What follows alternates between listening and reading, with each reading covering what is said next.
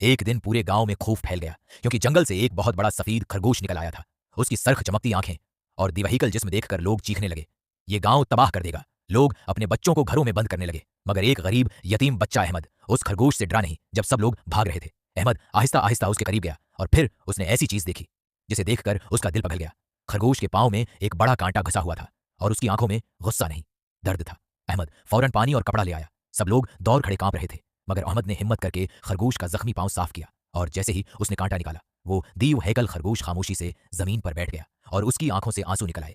उस दिन के बाद हर रात एक अजीब मौजज़ा होने लगा। सुबह अहमद के घर के बाहर ताज़ा फल, सब्जियां और कभी कभी सोने जैसे चमकते सिके पड़े होते। गरीब अहमद का टूटा हुआ घर खुशियों से भरने लगा। फिर एक रात खरगोश वापस जंगल जाने लगा। अहमद रोते हुए उसके पीछे भागा। तब खरगोश एक बार पीछे मुड़ा और आहिस्ता से अपना सर अहमद के कुंधे से लगा दिया, जैसे वो कहना चाहता हो, दुनिया डर से देखती रही, मगर तुमने मेरे दर्द को देखा। और याद रखो, हर खौफनाक चीज बुरी नहीं होती। कुछ दिल सिर्फ मोहब्बत और मेहरबानी चाहते हैं। अगर आप भी अहमद जैसे मेहरबान दिल रखते हैं तो वीडियो को लाइक करें और हमारे चैनल को सब्सक्राइब जरूर करें।